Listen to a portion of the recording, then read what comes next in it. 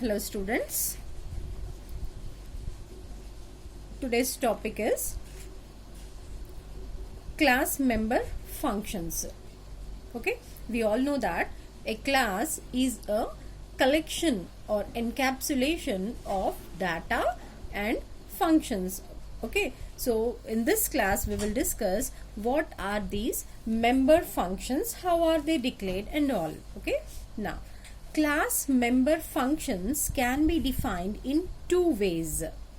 What is a function? It is nothing but a task, a group of statements, isn't it? To be executed whenever they are called. So, when we are talking about classes, these functions, these member functions can be defined in two ways. One is inside the class and the another one is outside the class. So, first of all, we'll see how to declare a member function inside a class. Okay, so this is something equal to a normal function which we declare, a normal function which we declare inside the class. So nothing much about it, but just it is something similar to defining a normal function. It is a part of the class, we can say that.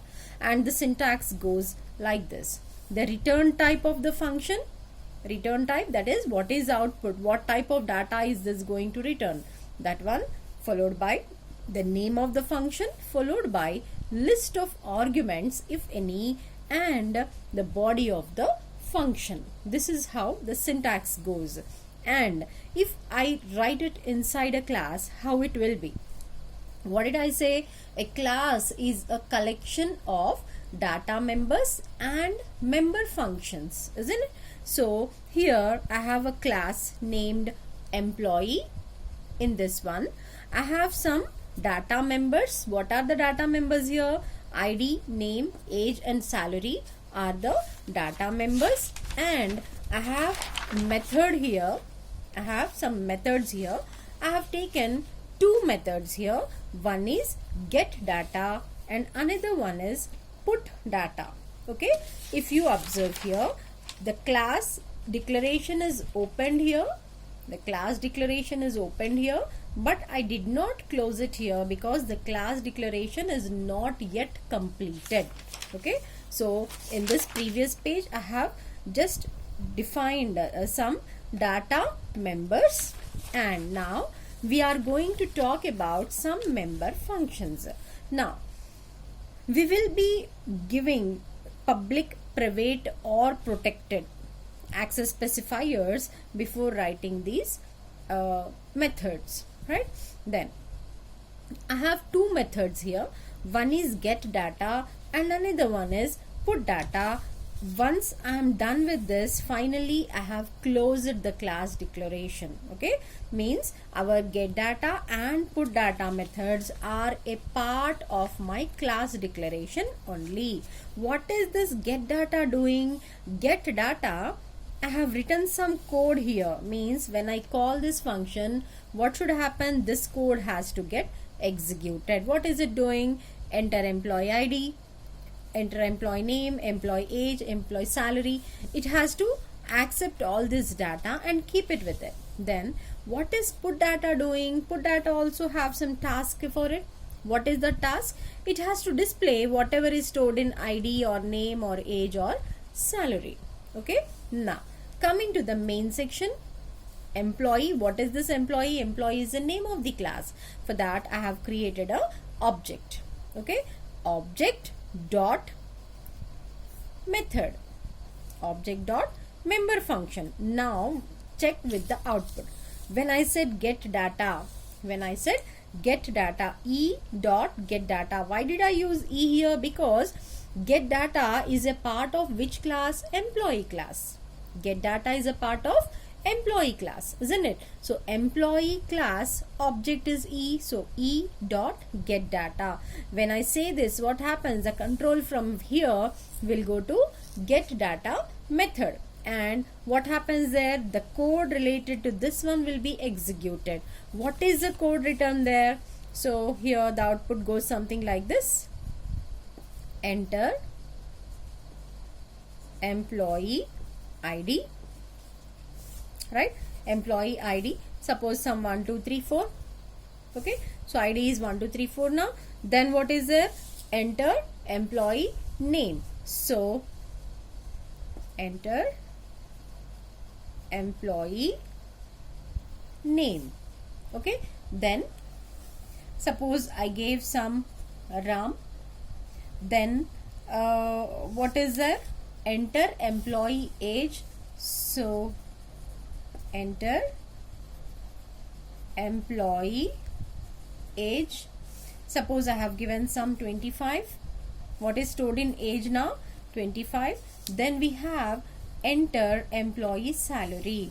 So here it asks me for enter employee salary, and suppose I have given some 10,000. Okay, now when I call get data, this will be executed because that is the code which is written in get data. Then I have e dot put data. E dot put data. What happens here? The code which is packed in it, the code which is written inside put data will be executed. What is the code written there? It is something like this. EMP ID. What is it? ID. What is stored in ID? 1, 2, 3, 4. So 1, 2, 3, 4 will be displayed. Then we have EMP name.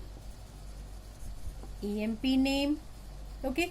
Name. What did I store in name? I stored Ram. Then we have employee age, EMP age. What did I store in it? 25. Then I have employee salary. Employee salary, how much is it?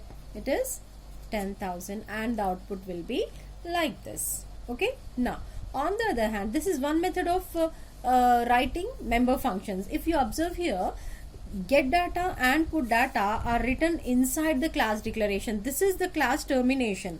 Okay, class declaration is completed here. That's why I have written closing flower braces and a semicolon here, isn't it? So get data as well as put data, both of them are written inside the class only.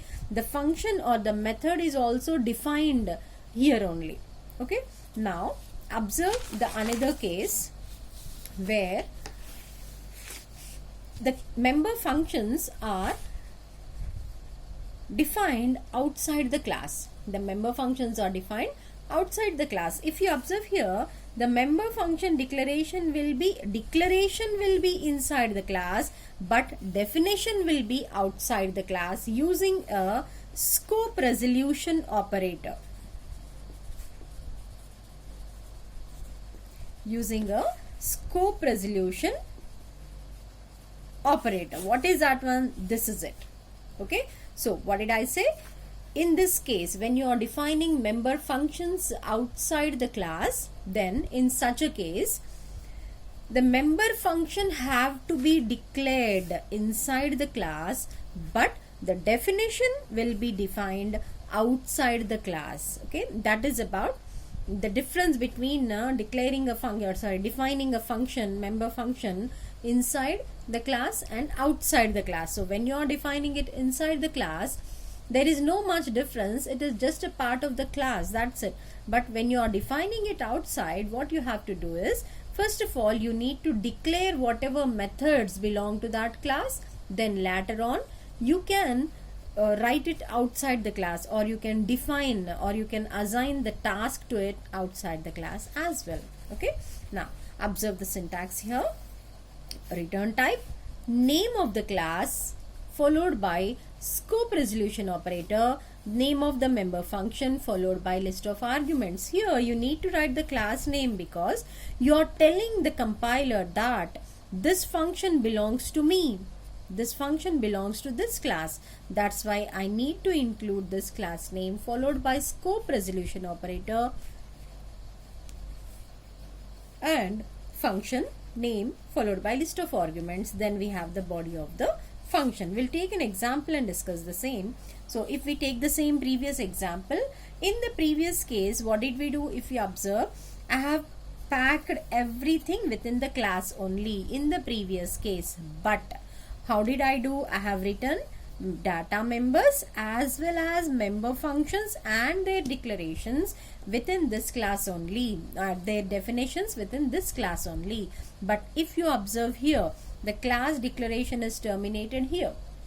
The class declaration is terminated here. And if you observe, only the declaration of member functions is done, but no defining is done. I have written some data members and member functions. Only declaration is done here, but I did not explain. I did not mention what these functions are going to do, because in future or whenever necessary, I'll write the code for it outside the class, and we'll see how to write the code outside the class. Okay. Now, if you observe here, void employee. Why did I use employee here? Because get data belongs to whom? It belongs to employee class. Get data belongs to employee class. That's why I have used return type, name of the class, scope resolution operator, member function, followed by list of operators, list of arguments if any. Because we don't have any arguments here, I did not use any arguments here. Okay. Now, what is this function going to do? The same thing what we have discussed in the previous one. It is going to accept ID, it is going to take name, age and salary and keep it with it. Okay. Then again, here if you observe, there is a small mistake here. What is that mistake? If you check, put data belongs to whom? It belongs to employee class, isn't it? And what did I do? I'm defining it outside the class. I'm defining it outside the class. If you observe this one, void employee scope resolution operator, get data. Fine, this is okay, because yes, get data is defined outside the class. So I have to use class name, scope resolution operator, its return type, and etc. etc. Isn't it? But if you observe this one, put data belongs to whom? It belongs to employee class. But did I use any class name here? No. So this statement is not correct. Then what is correct? It should be something like this: return type followed by name of the class followed by scope resolution operator, then comes the name of the method. What is the name of the method? Put data. Okay, then everything goes same, right? So what is it doing? As we have seen in the previous case, displaying employee ID, employee name, age and salary. Now check here. Same thing, there is no change in the main section also. Employee is the object I have created, e.get data, e.put data. Get data, the control will go to the get data section. The same way put data, the control goes to the put data section and display whatever it is. Okay, so this is one of the important questions when it is in terms of exam point of view. Thank you.